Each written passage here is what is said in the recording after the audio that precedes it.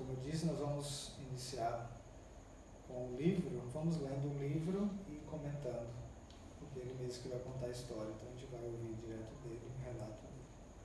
Em nome do Pai, do Filho e do Espírito Santo. Amém. Vinde, Espírito Santo, enchei os corações dos vossos fiéis e acendei neles o fogo do vosso amor. Enviai o vosso Espírito e tudo será criado, e renovareis a face da terra. Oremos. Ó Deus, que instruíste os corações dos vossos fiéis, com a luz do Espírito Santo, fazei que apreciemos retamente todas as coisas, segundo o mesmo Espírito, e gozemos sempre da sua consolação. Por Cristo, Senhor nosso. Amém. Glória ao Pai, ao Filho e ao Espírito Santo, como era no princípio, agora e sempre. Amém. Em nome do Pai, do Filho e do Espírito Santo. Amém.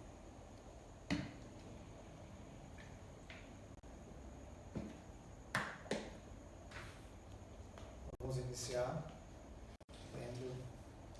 Então, o livro tem o título 5 Pães e 2 Peixes, com o lema do sofrimento do cárcere, um alegre testemunho de fé. Esse é o título do livro. No prefácio ele começa dizendo aos jovens, pega uma fala do Papa João Paulo II, ele diz assim: caríssimos jovens, contemplar um belíssimo panorama, colinas verdes e o mar azul de ondas brancas, me faz pensar em Jesus no meio da multidão. Olhando-os no rosto, com os olhos de Jesus, lhes digo de todo o coração: jovens, eu os amo. Quero inspirar-me no Evangelho de São João, capítulo 6, para lhes falar hoje. Levantem-se, ouçam as palavras de Jesus. Jesus levantou os olhos e viu muita gente que vinha a ele e disse a Filipe: onde poderemos comprar pão para matar a fome desses? Isso dizia para prová-los. Ele bem sabia o que ia fazer. Respondeu-lhe Filipe: 200 denários de pão não são suficientes para dar um pedacinho a cada um. Disse-lhe um de seus discípulos, André, irmão de Simão Pedro: há aqui um rapazinho que tem 5 pães de cevada e 2 peixes. Mas o que é isso para tanta gente? Disse Jesus: fazei-os assentar-se. Havia muita relva naquele lugar. Absentaram-se os homens, cerca de 5.000. Jesus pegou o pão e deu graças, distribuiu a cada um que estava assentado. Igualmente o fez com os peixes a quantos quiseram. João 6, 5 a 11. A caminho do jubileu do ano 2000, procuramos saber quem é Jesus, porque amamos como deixar-se amar por Jesus, até segui-lo no radicalismo de nossas escolhas, sem pensar na longuidão do percurso, no cansaço da marcha, sob um sol de verão, na ausência de todo conforto. O Santo Padre escreveu: em comunhão com todo o povo de Deus que caminha para o grande jubileu do ano 2000, quero convidá-los neste ano a fixarem o olhar em Jesus, mediante as palavras registradas no Evangelho de João. Mestre, onde moras? Vinde e vede. Mensagem para a 12ª Jornada Mundial da Juventude, 97. Como jovem sacerdote, bispo, percorri já uma parte do caminho às voltas da alegria, às voltas com a alegria, às voltas com o sofrimento, na prisão, mas sempre levando no coração uma esperança transbordante. Ficava embaraçado quando solicitado a contar minha experiência no seguimento de Jesus. Não é belo falar de si mesmo. Recordo-me de que um de seus escritos, o saudoso cardeal Suenes, pediu a Verônica: deixa-me falar de sua vida somente hoje, porque não o aceitou antes. Porque agora, respondeu ele, entendo que a minha vida não pertence a mim, mas totalmente a Deus. Deus pode dispor dela como quiser para o bem das almas. João Paulo II condensou bem esse pensamento no título de sua autobiografia, Dom e Mistério, e como Maria o fez no Magnificat. Então, caríssimos jovens, faço como no trecho do Evangelho em que Jesus oferece 5 pães e 2 peixes. Não é nada em comparação a uma multidão de milhares de pessoas, mas é tudo o que tem. E Jesus dele faz tudo, dom e mistério. Como o rapaz no trecho do Evangelho, resumo minha experiência em 7 pontos: 5 pães e 2 peixes. É nada, mas é tudo o que tenho. Jesus fará o resto. Mais vezes sofro interiormente porque as mídias, quer fazer-me contar coisas sensacionalistas. Acusar, denunciar, provocar, luta, vingança. Esse não é o meu objetivo. O maior desejo é transmitir-lhes a minha mensagem de amor na serenidade e na verdade, no perdão e na reconciliação. Quero compartilhar com vocês as minhas experiências, como encontrei Jesus com todos os momentos de minha existência cotidiana.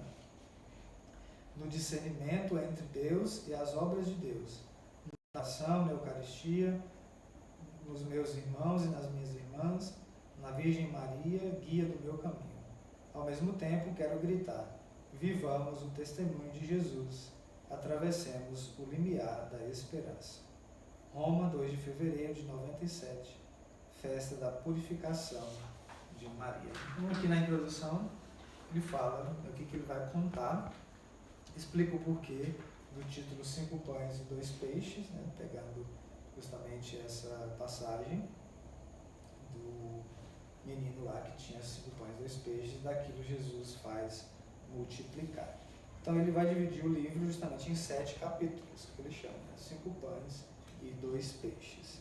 Então cada capítulo então, vai remeter a isso e ele vai falar. Então nós vamos para o primeiro capítulo. O primeiro pão: viver o momento presente. É ao longo dos trilhos da existência cotidiana que podem encontrar o Senhor. Essa é a fundamental dimensão do encontro. Não com qualquer coisa, mas com alguém, com o vivente. João Paulo II, mensagem para a 12ª Jornada Mundial da Juventude. Meu nome é Francisco Xavier Nguyen Van Thuan.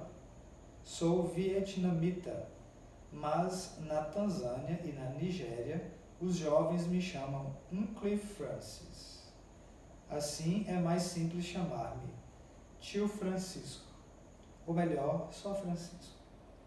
Até 23 de abril de 75 fui por 8 anos bispo de Nha Trang, no centro do Vietnã, primeira diocese que me foi confiada, onde me sentia feliz e pela qual conservo minha predileção.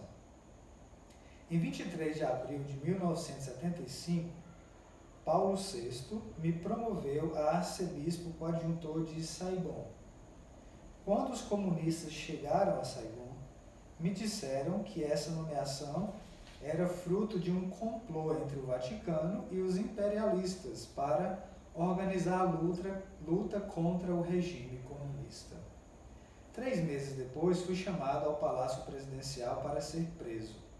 Era o dia da Assunção da Santíssima Virgem, 15 de agosto de 75. Naquela noite, numa longa estrada de 450 quilômetros, que leva ao lugar da minha residência obrigatória é a prisão domiciliar, né? Tantos pensamentos confusos vieram à minha mente. Tristeza, abandono, cansaço, depois de 3 meses de tensão. Mas em minha mente surgiu clara uma palavra que dispersou toda a escuridão. A palavra do Monsenhor John Wesh, bispo missionário na China. Pronunciou quando foi libertado depois de 12 anos de prisão. Passei metade da minha vida a esperar. É bem verdade. Todos os presos, eu também, esperam a cada momento a sua libertação. Mas depois decidi. Não esperarei. Vivo o momento presente, enchendo-o com amor. Não é uma inspiração repentina, mas uma convicção que amadureci durante toda a vida. Se passo o meu tempo a esperar, talvez as coisas que espero não aconteçam mais. A única coisa que certamente acontecerá é a morte. Na aldeia de Kai Vong, que me foi indicada como residência obrigatória, sob a vigilância aberta e oculta da polícia, confundida no meio do povo, noite e dia sentia a obsessão pelo pensamento. Povo meu que tanto amo, rebanho sem pastor, como posso entrar em contato com meu povo exatamente no momento em que precisa mais? Que precisa mais do seu pastor? As livrarias católicas foram confiscadas, as escolas fechadas, as freiras, os religiosos ligados ao ensino vão trabalhar nas lavouras de arroz. A separação é um choque que destrói o meu coração. Não esperarei. Vivo o momento presente, cheio de amor. Mas como? Numa noite vem uma luz. Francisco, é muito simples. Faça como São Paulo quando estava preso. Escrevia cartas às várias comunidades. Na manhã seguinte, em outubro de 75, fiz sinal a uma criança de 7 anos, que voltava da missa às 5, ainda no escuro. Diga à sua mãe para comprar velhos blocos de calendário. Tarde da noite, de novo no escuro, Quang me trouxe os calendários e em todas as noites de outubro e de novembro de 75 escrevi a meu povo minha mensagem do cativeiro. Todas as manhãs o menino vinha recolher as folhas para levá-las à sua casa e fazer recopiar a mensagem para seus irmãos. Assim foi escrito o livro O Caminho da Esperança, publicado em 8 línguas. A graça de Deus me deu a energia para trabalhar e continuar até os momentos mais desesperados. Escrevi o livro à noite, em 1 mês e meio, porque tinha medo de não poder terminá-lo. Temia ser transferido para outro lugar. Quando cheguei ao número 1001, decidi encerrar. São como as 1001 noites. Em 1980, na residência obrigatória em Giangsha, no Vietnã do Norte, escrevia sempre de noite e em segredo o meu segundo livro, O Caminho da Esperança à Luz da Palavra de Deus e do Concílio Vaticano II, depois o meu terceiro livro, Os Peregrinos do Caminho da Esperança. Não esperarei. Vivo o momento presente, enchendo-o de amor. Os apóstolos queriam escolher o caminho fácil. Senhor, deixa a multidão partir para que possa encontrar o alimento. Mas Jesus quer agir no momento presente. Deem vocês mesmos o alimento a eles. Disse-lhe Jesus. Na cruz, quando o ladrão lhe disse, Jesus, lembra-te de mim quando estiveres no teu reino. Ele respondeu, ainda hoje estarás comigo no paraíso. Na palavra hoje, sentimos todo o perdão, todo o amor de Jesus. Padre Maximiliano Kolbe vivia esse radicalismo quando repetia a seus noviços. Tudo, absolutamente, sem condição.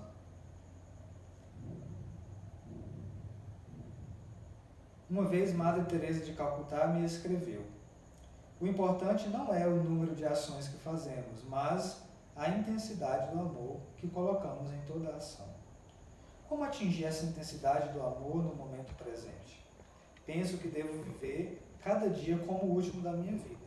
Deixar tudo o que é acessório, concentrar-me somente no essencial.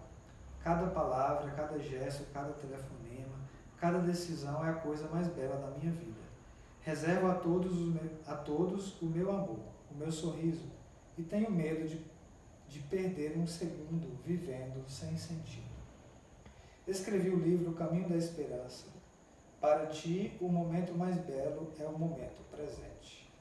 Vive-o plenamente no amor de Deus. A tua vida será maravilhosamente bela se for como um cristal, formado de milhões de tais momentos. Vê como é fácil? Caríssimos jovens, no momento presente, Jesus precisa de vocês.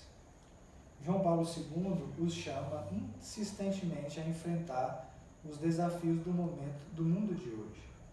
Vivemos em uma época de grandes transformações, na qual desabam rapidamente ideologias que parecem dever resistir ao longo do tempo. E no planeta se vão redesenhando limites e fronteiras. A humanidade encontra-se muito incerta, confusa e preocupada. Mas a palavra de Deus não desaba. Percorre a história e na mudança de acontecimentos permanece estável e luminosa. A fé da igreja é fundada sobre Jesus Cristo, único Salvador do mundo, ontem e hoje. Mensagem de João Paulo II para a 12ª Jornada Mundial da Juventude. Então aqui ele termina esse primeiro capítulo, o primeiro pão, que é justamente o título de viver o momento presente. Então ele disse lá, né, no início, quando foi preso, ficou a tentação de ficar esperando o dia que fosse solto. Mas ele decide, então, não ficar pensando nisso. Viver o presente. O que pode fazer hoje? Fazer. Então ele começou a escrever, né? De tal modo que escreveu 3 livros, né? Imagina, tudo isso.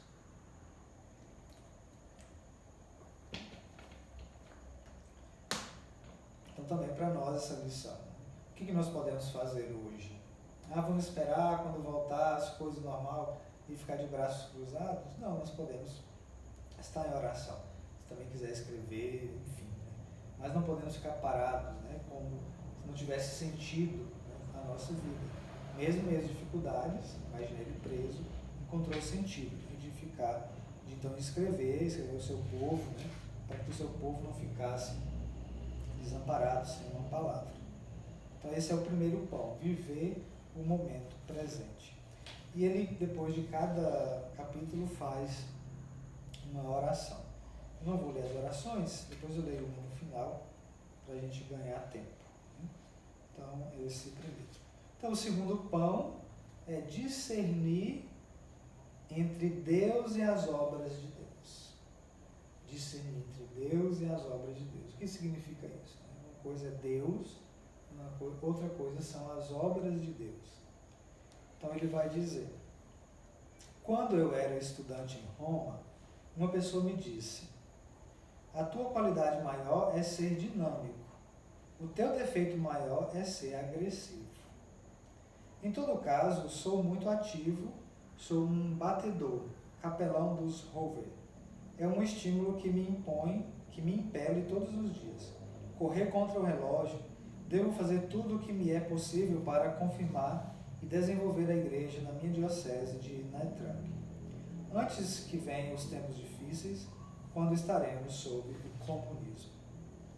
Aumentar o número dos seminaristas maiores de 42 a 147 e em 8 anos, de 200 seminaristas menores para 500 em 4 seminários.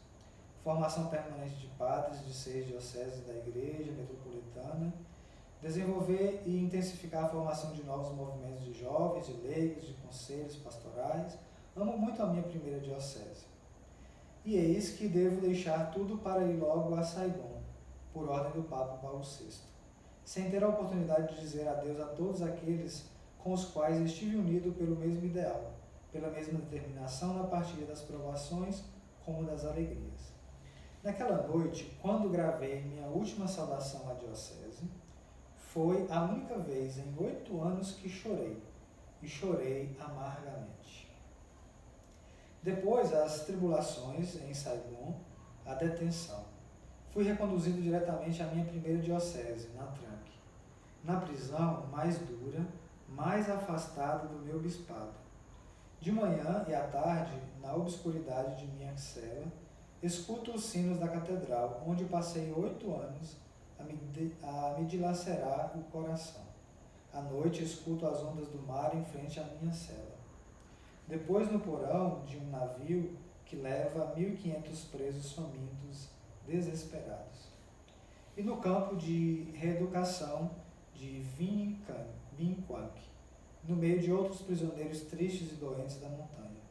Sobretudo, a longa tribulação de 9 anos de isolamento, sozinho, com 2 guardas, uma tortura mental no vazio absoluto, sem trabalho, caminhando dentro da cela de manhã e às 9h30 da noite para não ser destruído pela artrose, no limite da loucura. Muitas vezes sou atormentado pelo fato de que tenho 48 anos, idade da maturidade. Trabalhei 8 anos como bispo, adquiri muita experiência pastoral, e eis que estou isolado, inativo, separado do meu povo. a 1.700 quilômetros de distância. Numa noite, das profundezas do meu coração, senti uma voz que sugeria: por que te atormentas assim? Deve distinguir entre Deus e as obras de Deus.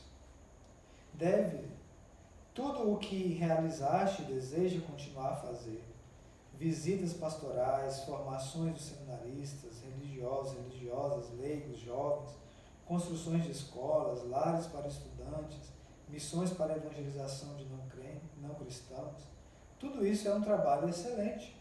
São obras de Deus, mas não são Deus. Se Deus quiser que abandones todas essas obras, colocando-as em suas mãos, faze-o logo e tem confiança nele. Deus o fará infinitamente melhor do que tu. Confiará suas obras a outros que são muito mais capazes que tu. Escolheste somente Deus, não suas obras. Estava sempre preparado para fazer a vontade de Deus, mas essa luz me traz uma força nova que muda totalmente o meu modo de pensar e me ajuda a superar momentos fisicamente quase impossíveis. Às vezes um programa bem desenvolvido deve ser deixado incompleto. Algumas atividades iniciadas com muito entusiasmo encontram dificuldades. Missões de alto nível rebaixadas a atividades menores. Talvez estejas perturbado e desanimado, mas o Senhor chamou-me a seguir a Ele, ou a esta iniciativa, ou àquela pessoa.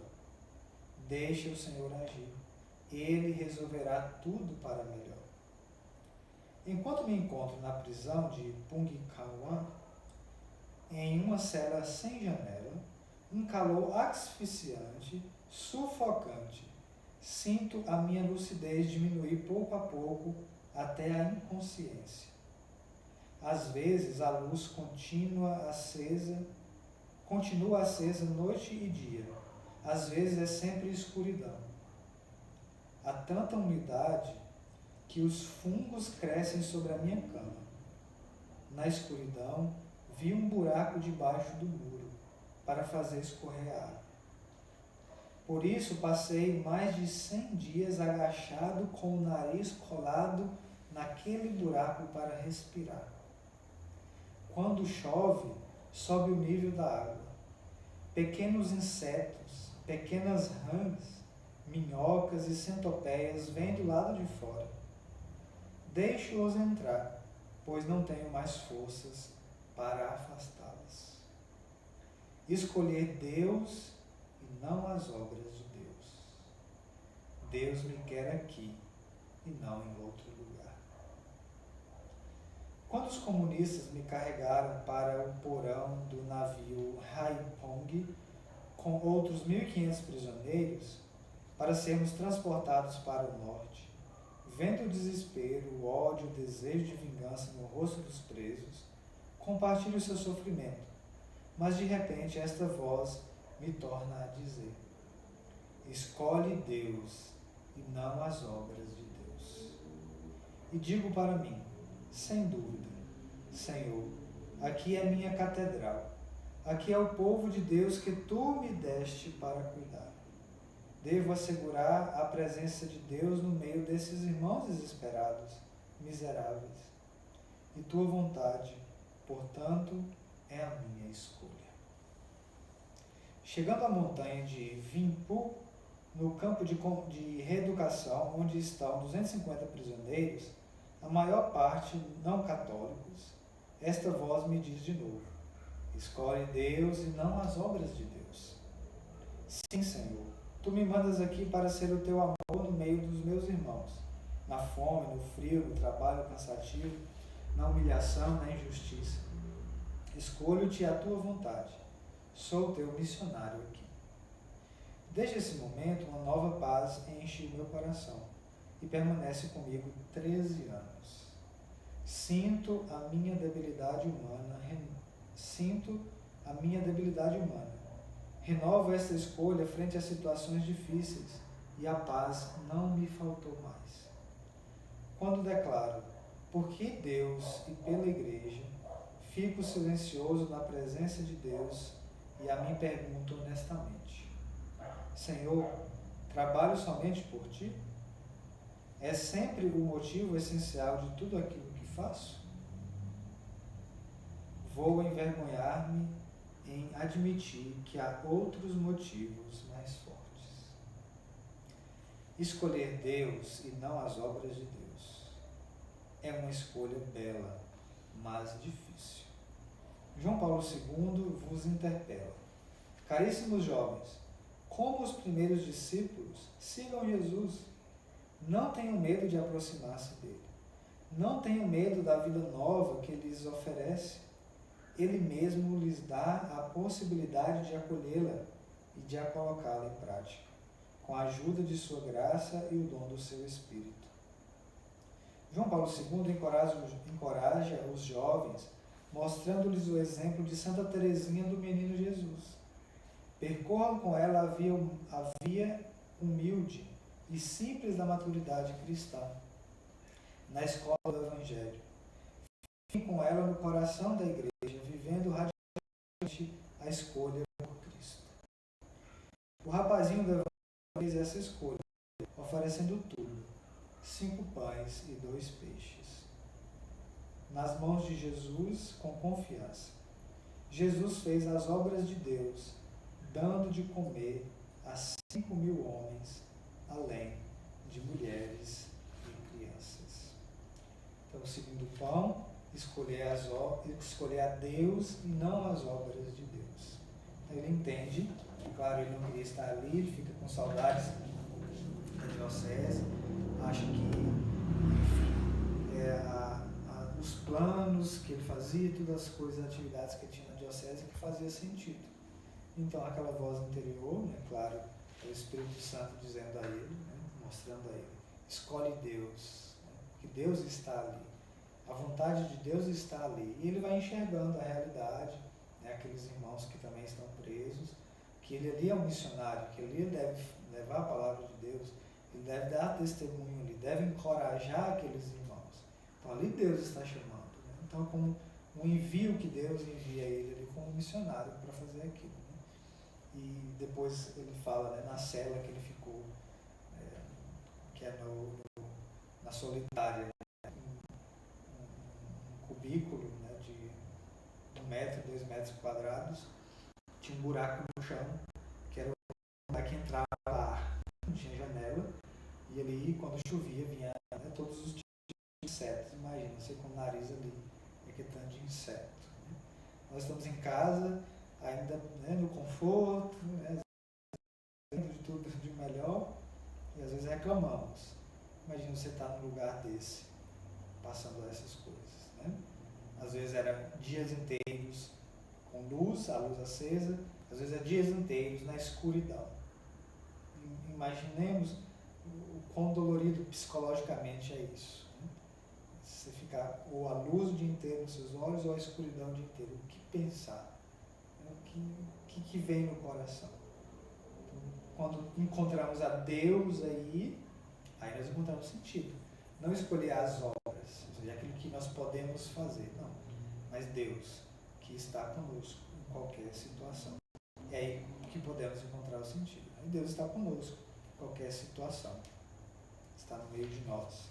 Está na nossa casa, né, no nosso coração. Então esse é o segundo pão. O terceiro pão é um ponto firme à oração.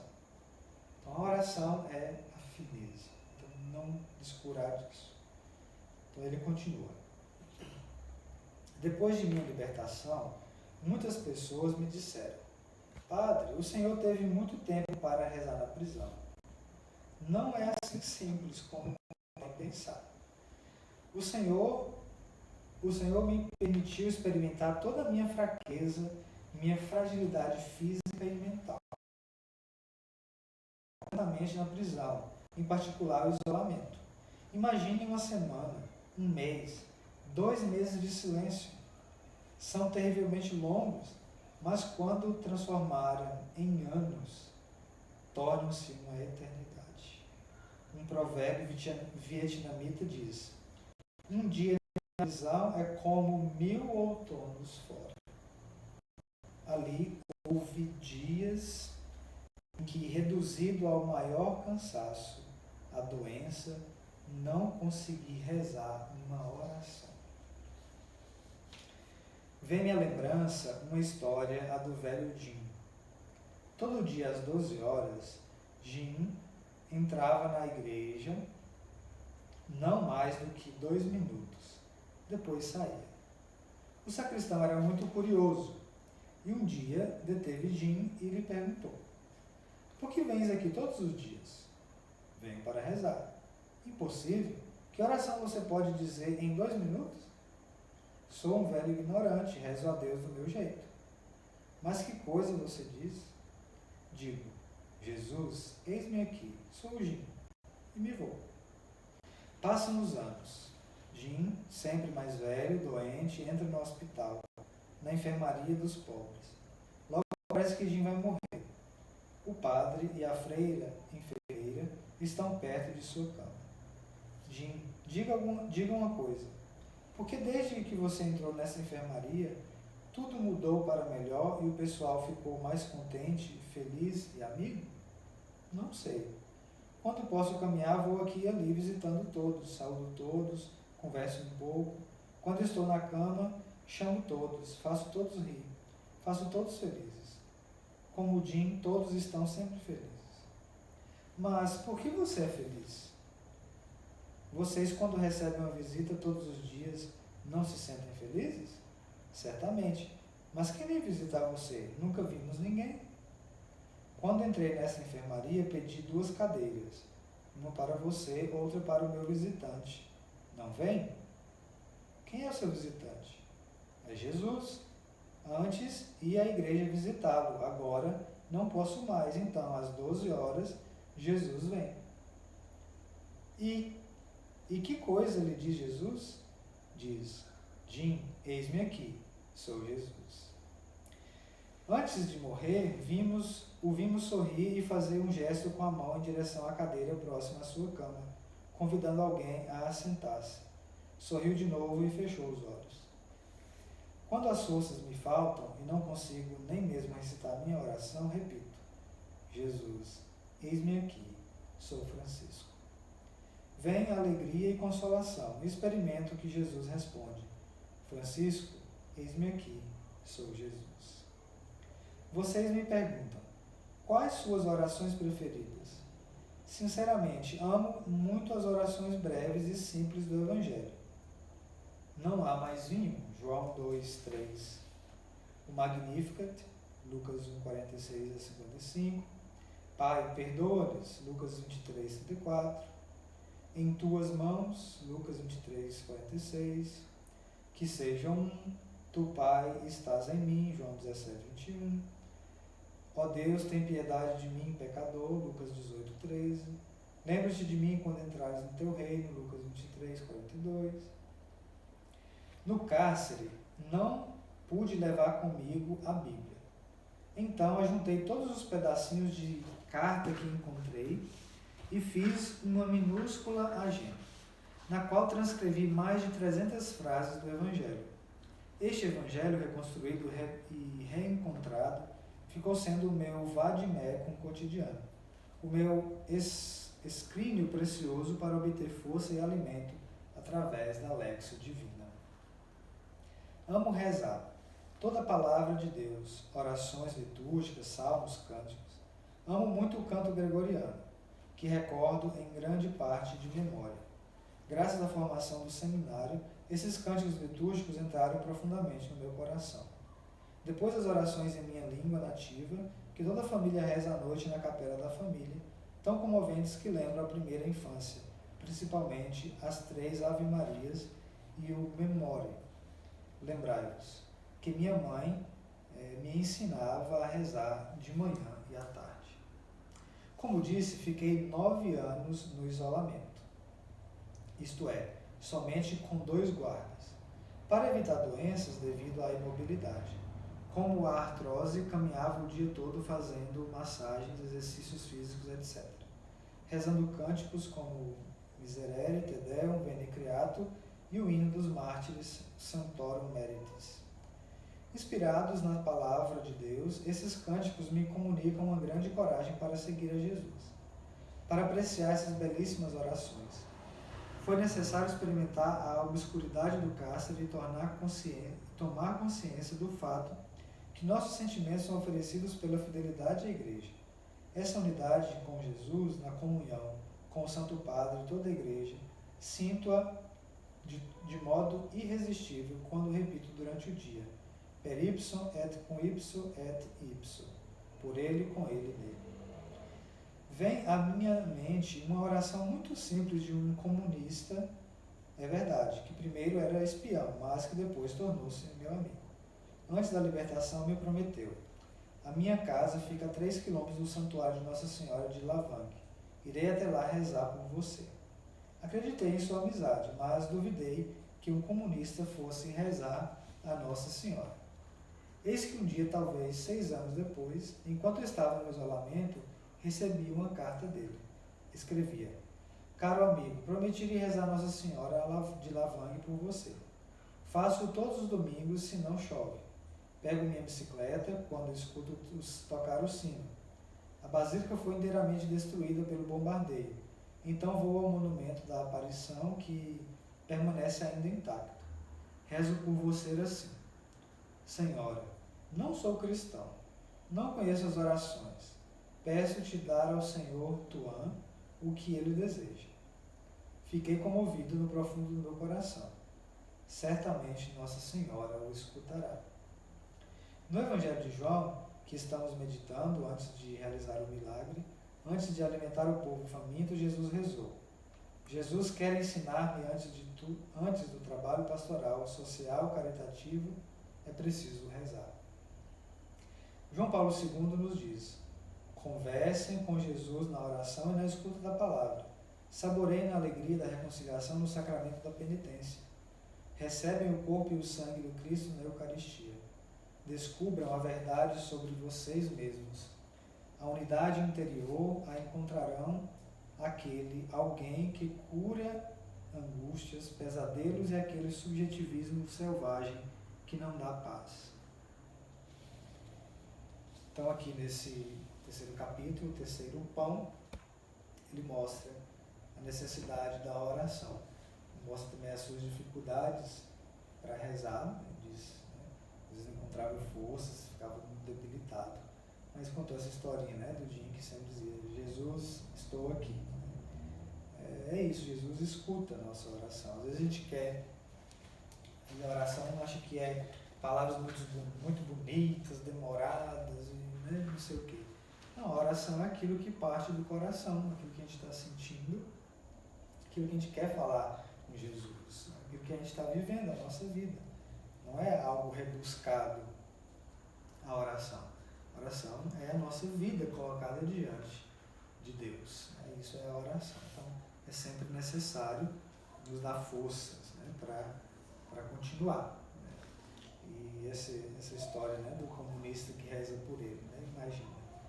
O seu testemunho fez com que, né, esse guarda, né, que era guarda dele, era comunista, que não tinha fé, ir lá rezar. Né, porque também entende, de algum modo, fará efeito. Então não deixemos de rezar. Né? A oração tem efeito. Quando ela vai fazer efeito, não sabemos, mas é preciso rezar. É necessidade. Imagina, ele disse, às vezes a gente fica assim, 2 dias, 3 dias, fosse preso. Mas imagina ficar 9 anos, né, recluso, né, no isolamento. Imagina a oração, né? A angústia que não dá, né? Aquela rotina que não tem nada, né, dizer assim, é a mesma coisa. Como que eu vou rezar, né? Então aí encontrar isso. Então ele encontrou esse consolo. Então a oração, a necessidade da oração é o terceiro pão.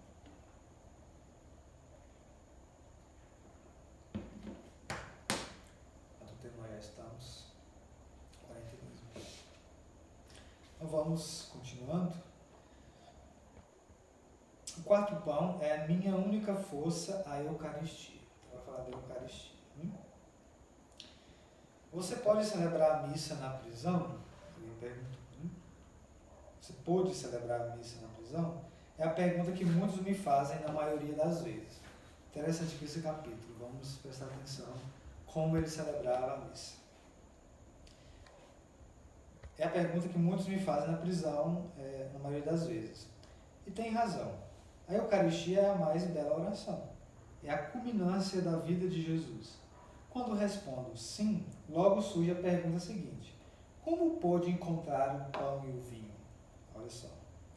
Quando fui preso, tive de viajar logo, de mãos vazias. No dia seguinte, me foi permitido escrever para arranjar as coisas mais necessárias. Roupas, dentifrício. Escrevi ao meu destinatário: por favor, mande-me um pouco de vinho, como remédio contra o mal do estômago. Os fiéis compreenderam o que significa. Mandam-me uma pequena garrafa de vinho de missa com rótulo remédio contra o mal do estômago e hóstias escondidas em um frasco contra a umidade. A polícia me perguntou: você tem mal de estômago? Sim. Aqui está um pouco de remédio para você. Não poderia nunca exprimir a minha grande alegria. Todos os dias, com 3 gotas de vinho e 1 gota de água na palma da mão, celebro a minha missa. De qualquer maneira, dependia da situação. No navio que nos levava para o norte, celebrei durante a noite e, avisados os presos, estavam em torno de mim. Às vezes tenho de celebrar quando todos vão tomar banho, depois da ginástica. No campo de reeducação, estávamos divididos em grupos de 50 pessoas. Dormíamos em cama comum, cada um com direito a 50 centímetros. Demos um jeito de tal modo que havia 5 católicos comigo. Às 21h30, era preciso apagar a luz e todos deviam dormir. Inclino-me sobre a cama para celebrar a missa de cor e distribuo a comunhão, passando a mão debaixo do mosquiteiro. Fabricávamos saquinhos com o papel dos maços de cigarro para conservar o Santíssimo Sacramento. Olha só. Jesus Eucarístico está sempre comigo no bolso da camisa. Lembro-me de que escrevi: crê em uma só força, a Eucaristia, o corpo e o sangue do Senhor que te dará a vida. Vim para que tenham a vida e a tenham em abundância. João 10:10. Como o maná alimentou os israelitas em sua viagem para a terra prometida, assim a Eucaristia te alimentará em teu caminho da esperança. Ele escreve isso no livro, Caminho da Esperança, número 983. Toda semana há uma sessão de doutrinação, da qual todo o campo deve participar. No momento do intervalo, com os meus companheiros católicos, aproveitamos para passar um pacotinho a cada um dos outros 4 grupos de prisioneiros. Todos sabem que Jesus está no meio deles. É Ele que cuida dos sofrimentos físicos e mentais. À noite, os prisioneiros se revezam nos turnos de adoração. Jesus Eucarístico ajuda de modo tremendo com a sua presença silenciosa. Muitos cristãos retornam ao fervor da fé durante aqueles dias.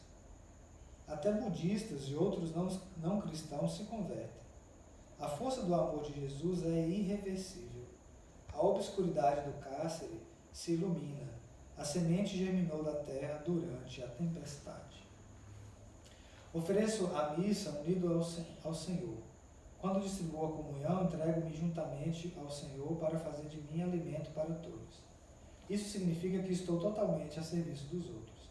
Todas as vezes que ofereço a missa, tenho a oportunidade de estender as mãos e de me pregar na cruz com Jesus, de beber com Ele o cálice amargo.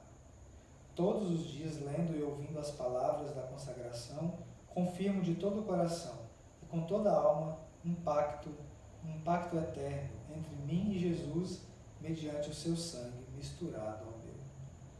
1 Coríntios 11, 23. Jesus na cruz iniciou a sua revolução, A revolução de vocês deve começar na mesa eucarística e daí ser levada para a frente. Assim vocês poderão renovar a humanidade. Passei 9 anos no isolamento. Durante esse período, celebro a missa todos os dias pelas 3 horas da tarde, na hora de Jesus agonizante na cruz. Estou só. Posso cantar a minha missa como quero, em latim, francês, vietnamita. Levo comigo o saquinho que contém o Santíssimo Sacramento. Tu em mim e eu em ti. São as minhas belas missas de minha vida. São as mais belas missas da minha vida. À noite, de 21 às 22 horas, faço 1 hora de adoração.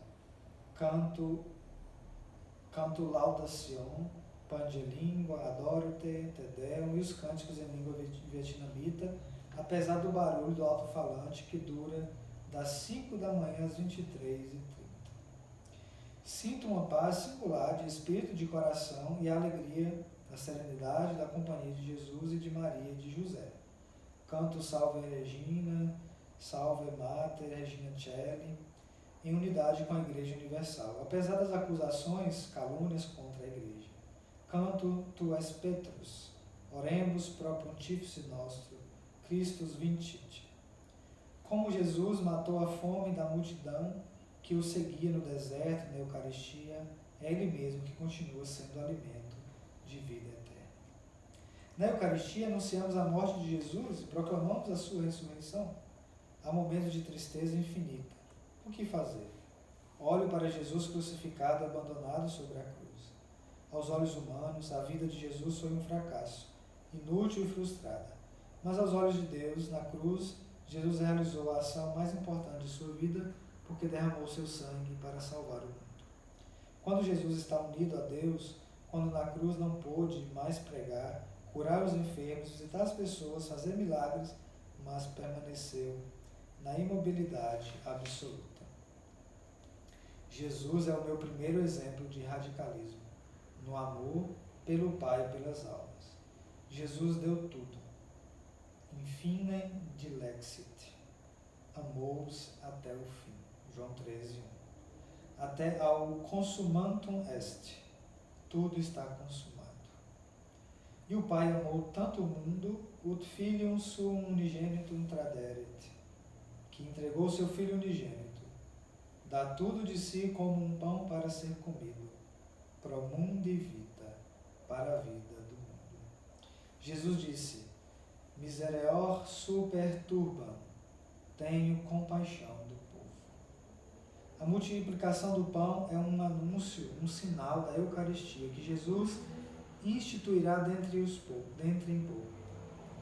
Caríssimos jovens, escutem o Santo Padre. Jesus vive no meio de nós na Eucaristia, entre as incertezas e as distrações da vida cotidiana. Imitem os discípulos no caminho de Emaús. Invoquem Jesus, porque ao longo dos caminhos de tantos Emaús de nossos tempos, Ele permanece sempre com vocês. Seja a sua força, Ele é o ponto de referência de vocês, a sua perene esperança. Então esse 4º capítulo, ele fala então do pão, da Eucaristia, a única força. Impressionante, né? Então como ele celebrava a missa. A palma da mão, 3 gotas de vinho e 1 gota de água. Então a palma da mão era o altar onde ele celebrava. Ele na prisão fazia uma adoração, revezava entre os católicos, colocava, né, o Santíssimo Sacramento, que era uma migalha, né, não dava para celebrar muito, né, então a migalha distribuía entre os católicos e eles revezavam a adoração a noite toda. Olha só, é como eles encontraram, né, um meio de adorar o Senhor, de celebrar a Eucaristia. Né. Hoje está, claro, hoje está proibido, né, mas quando é normal, a gente tinha a igreja do lado da nossa casa, né, e muitas vezes a gente fazia corpo mole para poder ir, né, tanta desculpa para poder ir à igreja, né, adoração, fazer adoração. Imagina, esses homens nessa situação conseguiram fazer isso. Por quê? Por amor. Porque entendem quem é Jesus, entendem a força da Eucaristia. Se nós compreendêssemos a força da Eucaristia, podemos vencer todas as dificuldades. 13 anos na prisão. Jesus, Eucarístico é a força, é o alimento. Se não fosse Jesus, certamente teria desesperado, teria entregue, perdido a fé. Mas o alimento espiritual, o alimento da fé, é que dá forças. Então, nós agora estamos privados da Eucaristia. Vocês, leigos, nós padres, celebramos privadamente, na intenção de vocês. Mas vocês agora estão privados disso, por causa desse vírus. Será que nós damos o valor? Esse é o tempo de reconhecermos aquelas pessoas que dão valor verdadeiro à Eucaristia, que ficam tristes, que ficam desolados por não poderem participar da Eucaristia. Outros tantos que, tanto faz, não pode fazer o quê? Se conformam. Então, quem entende a força da Eucaristia não se conforma com essa situação. Querem que isso acabe o mais rápido possível para encontrar o Senhor. Então, essa é a lição desse 4º capítulo do Pão da Eucaristia. É o 4º pão, o Pão da Eucaristia. O 5º pão é amar até a unidade, o testamento de Jesus. Numa noite em que estou doente na prisão, vejo passar um policial e grito: por caridade, estou muito doente, me dê um pouco de remédio. Ele responde: aqui não há caridade nem amor, somente responsabilidade. Essa é a atmosfera que respiramos na prisão. Quando fui colocado no isolamento, fui confiado a um grupo de 5 guardas. 2 deles estão sempre comigo. Os chefes os mudam de 2 em 2 semanas com os de outro grupo para que não sejam contaminados por mim. Depois decidiram não mudar mais, pois de outra forma todos ficariam contaminados. A contaminação, que claro, é a evangelização. Então ele evangelizava os guardas. Então toda vez que mudava os guardas, então ele evangelizava. Então é melhor deixar só um, porque já esse aí fica. Então não corre o risco de ser contaminado. Imagina a força desse homem. No início, os guardas não falavam comigo. Respondiam somente yes e no. E é muito triste. Quero ser gentil, cortês com eles, mas é impossível. Evitam falar comigo. Não tenho nada para lhes dar de presente. Sou prisioneiro. Todas as roupas são marcadas com grandes letras. Kaital, isto é, campo de reeducação. O que devo fazer? Uma noite me vem um pensamento. Francisco, tu és ainda muito rico. Tens o amor de Cristo em teu coração. Ama-os como Jesus te ama.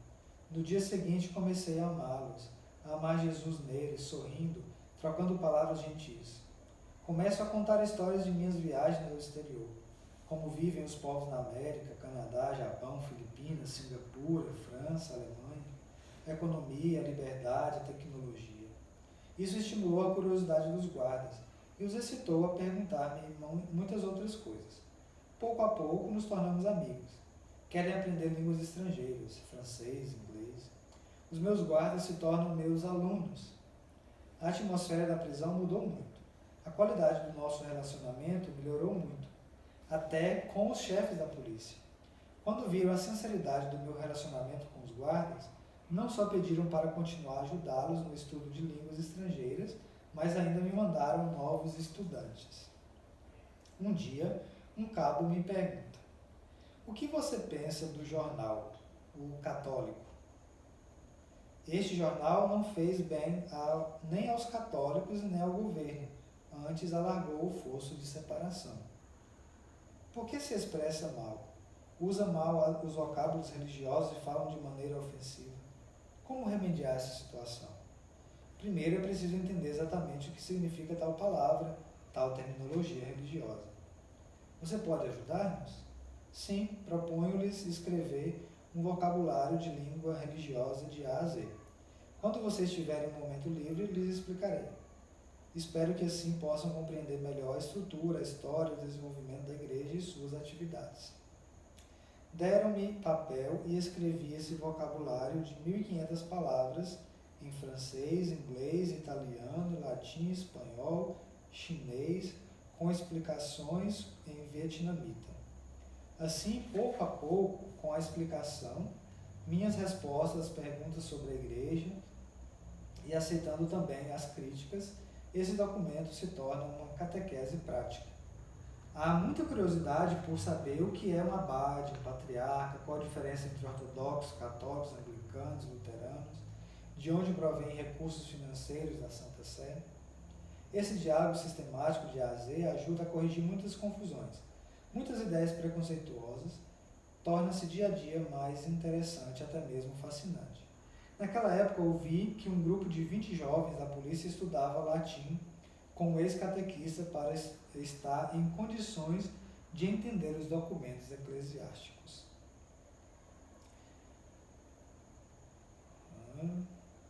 Um dia, um de meus guardas pertence a esse grupo. Um dia me pergunta se posso ensinar-lhes um cântico em latim. São tantos e tão belos, respondi-lhes. Você canta e eu escolho, propôs. Cantei o Salve Regina, Veni Creato Ave Maristela. Podem adivinhar que canto escolheu? O Veni Creato. Não posso dizer o quanto é comovente escutar todas as manhãs um policial comunista descendo pela escada de madeira pelas 7 horas da manhã, para fazer ginástica depois de lavar-se cantando Veni Creato na prisão. Quando há amor, sentem-se a alegria e a paz, porque Jesus está no meio de nós. Veste uma só camisa e fala uma única linguagem, a caridade, o caminho da esperança. O Instagram tem um limite de 1 hora de transmissão, depois tem que reiniciar. Então faltam 10 segundos para isso, vamos aguardar iniciar, vai cair a transmissão, a gente volta de novo e continua para a gente terminar já, né? Para não alongar. Caiu.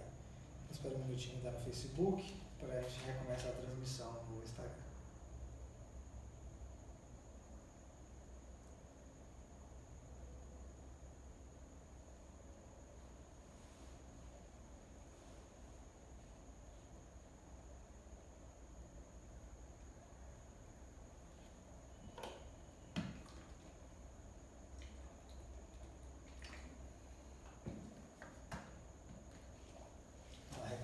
Reconectando, então, no Instagram, esperar as pessoas entrarem novamente. A Adriana entrou. Boa noite, Adriana. Elisângela, vamos recomeçar, né? Então, continuando o capítulo 5.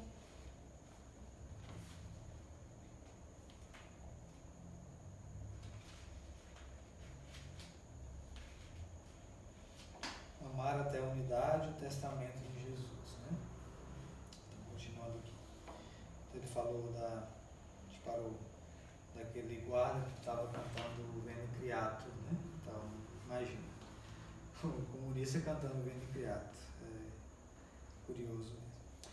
Então, continuei. Na montanha de Vinh na prisão de Vinh Quang, num dia de chuva, tive de cortar lenha.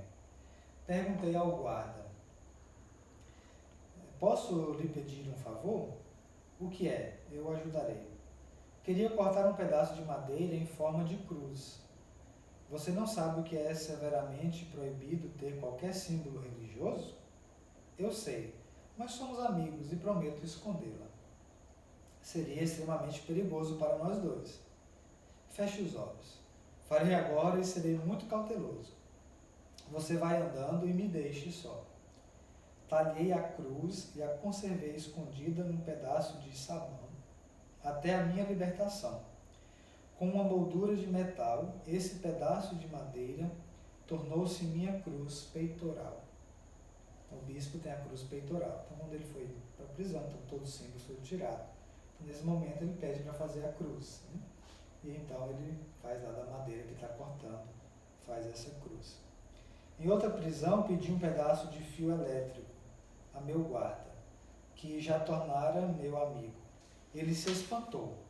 Estudei na escola de polícia que se alguém quer um fio elétrico, Significa que quer suicidar-se. Expliquei. Os sacerdotes católicos não cometem suicídio. Bom, mas que coisa quer fazer com um fio elétrico? Queria fazer uma correntinha para levar a minha cruz. Como posso fazer uma corrente com um fio elétrico? É impossível. Se você me trouxer 2 pequenas tenazes, eu mostrarei. É muito perigoso, mas somos amigos. Hesitou, depois disse. Responderei dentro de 3 dias. Depois de 3 dias me disse. É difícil recusar qualquer coisa a você. Pensei assim, nessa noite vou trazer 2 pequenas tenazes, das 7 às 11. E nesse tempo devemos terminar esse trabalho. Vou deixar meu companheiro ir a Hanoi by night. Se ele nos visse, surgiria uma denúncia perigosa para nós ambos. Cortamos o fio elétrico em pedaços de tamanho de um fósforo. O moldamos. E a corrente ficou pronta antes das 11 da noite. Aquela cruz e aquela corrente levo comigo todos os dias. Não porque são lembranças da prisão, mas porque indicam minha convicção profunda, uma constante exigência para mim. Só o amor cristão pode mudar os corações. Nem as armas, nem as ameaças, nem a mídia. Foi muito difícil para os meus guardas entender como se pode perdoar, amar os nossos inimigos, reconciliar-se com eles. Você nos ama verdadeiramente? Sim, os amo sinceramente. Mesmo quando lhe fazemos mal, quando sofre por estar em prisão por tantos anos injustamente? Pense nos anos que vivemos juntos. Amei-os realmente. Quando você estiver livre, não mandará os seus para nos fazer mal, a nós e nossas famílias? Não, continuarei a amá-los, mesmo se quisessem matar-me. Mas por quê? Porque Jesus me ensinou a amá-los. Se não o faço, não sou mais digno de ser chamado cristão.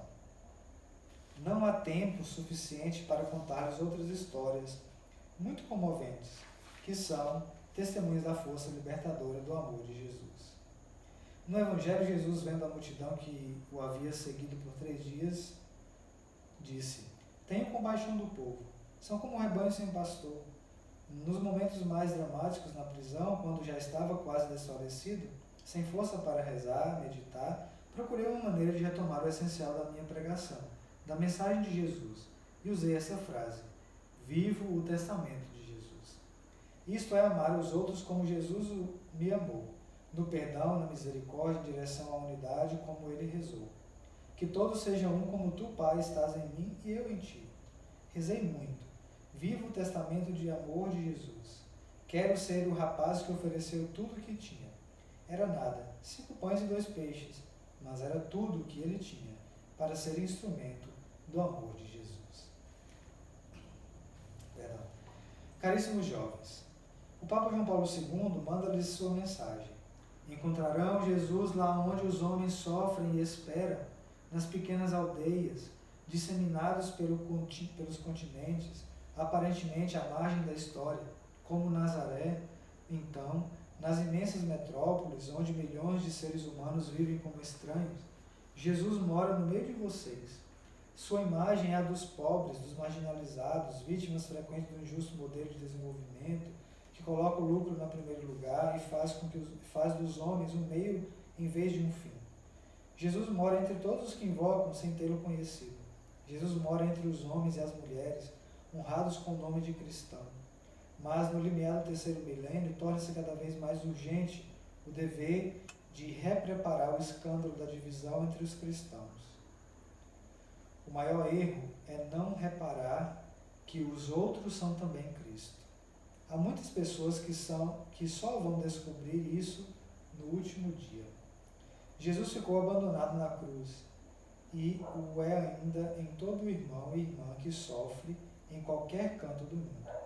A caridade não tem fronteiras. Se há fronteiras, não existe mais a caridade. Então, esse é o verdadeiro amor. Então, escolher o amor, escolher a unidade, ainda que nas dificuldades, ainda que os inimigos, né? Como ele disse aos seus guardas. Né? Mas o guarda, quando você for solto, vai mandar os seus vir nos maltratar também, né? Porque nós estamos maltratando. Não vou fazer. Jesus mandou amar. Então é isso, né? Imagina demonstrar esse amor aos guardas, esses guardas entenderem isso, né? Que eles estavam maltratando ele, mas amavam. Assim também somos chamados, né? A amar a quem nos maltrata, porque depois esse testemunho, né, que Jesus fez, né? Nós maltratamos Jesus com o nosso pecado e ele continua nos amando. Então somos chamados também a fazer do mesmo modo. É porque Jesus fez, não é porque o outro merece, não é porque o outro é bonzinho, não. É porque Jesus fez. É amar os vossos inimigos. Né? Ele estava fazendo isso literalmente. Né? E os inimigos entenderam isso. Né? E reconheciam, achavam estranho. Né? Claro, é estranho. Esse é o verdadeiro amor cristão, é estranho ao mundo. Né? Amar quem me ama é fácil. Mas amar, né, quem quer o mal, quem me odeia, quem, enfim, é contrário a mim, aí é difícil. Mas esse é o verdadeiro amor. Então esse é o quinto pão. Então ele vai depois passar agora para os peixes, né? O primeiro peixe. Eu não vou falar, não vou alongar muito aqui, eu vou deixar vocês lerem também, não vou ler o livro todo para vocês. Né? Então o primeiro peixe, né, o capítulo 6 é Maria Imaculada, vai falar do amor à Imaculada. E o segundo peixe é Escolhi Jesus. Então vocês depois podem procurar esse livro, 5 pães e 2 peixes, e acha na internet, agora você não tem nenhuma livraria aberta, né? Se quiser, pode pedir na internet, vocês acham. Então, muito bem. Um outro livro chama Testemunho da Esperança. Ele fala mais alongadamente sobre isso, mas aqui está o principal do que ele falou. Agora eu queria partilhar com vocês uma grande alegria. Eu tenho uma amiga que é amiga de um padre que ele trabalha no processo de beatificação do cardeal. Então, ele é falecido e está no processo de beatificação. Esse padre é de Portugal e ele trabalha, então, como eu disse, no processo de beatificação. Ele, na esqueci como é que chama o nome agora, né? Não é o ofício que está no Vaticano, o órgão do Vaticano, mas um outro órgão que ajuda, né, no processo de beatificação. E ela trouxe para mim algumas relíquias, né, do cardeal, que está aqui comigo. Tenho 3 relíquias, eu vou sortear 2 dessas, uma ficar para mim, é claro. Né? Então, quem quer ganhar essas relíquias, coloque aí nos comentários eu quero, né, que eu vou sortear depois e aí vejo e aviso quem foi que ganhou e o modo, depois a gente vê como pegar essas relíquias. Esse padre, né, o padre português, se chama Marco, ele vai gravar um vídeo, né, como ele está, né, nessa comissão de beatificação. Então ele vai gravar um vídeo para a gente, falando mais detalhes e falar como está o processo de beatificação. Já posso adiantar uma coisa para vocês. Parece, né, que o primeiro milagre vai ser daqui do Brasil. Olha só, né, um brasileiro que vai para a beatificação dele. Então, uma grande graça. Né? Então, já tem ele dizendo que eu quero. Então, procurem. Depois eu posso passar para vocês. Depois que o padre, né, mandar esse vídeo, eu vou enviar, vou partilhar nas redes sociais. Mas, enfim, é um grande testemunho para nós. Por isso que eu quis partilhar esse livro com vocês, porque nesse tempo, né, nós estamos presos, entre aspas, por causa desse coronavírus. Como posso, então, né, esse testemunho, como de viver a nossa fé? Mesmo preso dentro de casa, nós estamos presos dentro de casa, né? Enfim, né, temos liberdade, claro. Mas ele era bispo, né, depois foi solto, depois o livro conta, né, tudo isso, como ele foi solto, e aí o Papa na época era João Paulo II, e então o Papa o nomeia cardeal, né, e nomeia para a Comissão de Justiça e Paz. Né, ele pôde entender muito bem de injustiça e do que é a paz, para poder trabalhar nisso. E então, depois do seu falecimento, começa então, o processo de beatificação. Nós rogamos, né, vamos rogar por ele, né, cada um nas suas também necessidades, pode colocar nas suas intenções. Eu tenho aqui então a oração para a beatificação, né, do cardeal. Então eu vou fazer, vocês acompanhem e depois a gente encerra essa live. Deus onipotente, eterno, Pai, Filho e Espírito Santo, dou-vos graças por terdes dado à Igreja o testemunho heróico do cardeal François Xavier Newman Van Thuan. A experiência sofrida no cárcere, vivida em união com Cristo crucificado e sob a proteção materna de Maria, gerou um testemunho resplandecente para a Igreja e o mundo, de união e perdão, de justiça e de paz. A sua pessoa amável e o seu ministério episcopal irradiam a luz da fé, o entusiasmo da esperança e o calor da caridade. Concedei-me agora, pela sua intercessão, segundo a vossa vontade, a graça que eu imploro, na esperança de vê-lo, o quanto antes, elevado à honra dos altares. Amém. Esse belo testemunho para nós nesse tempo.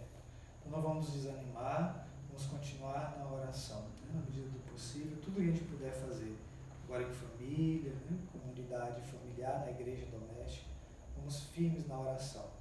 O Senhor vai nos libertar desse vírus, dessa situação. Ele pode. O tempo é Ele que vai escolher. Mas vamos viver esse tempo nessa esperança que o cardeal nos fala. Vamos viver o hoje, o que nós podemos fazer hoje. Vamos esperar quando vai ser, não é agora. Vamos viver agora, o que nós podemos fazer agora. E escolher a Deus e não as obras. Claro, eu como padre queria estar fazendo muitas coisas, mas não posso agora por causa disso. Mas escolher a Deus, estar com Deus.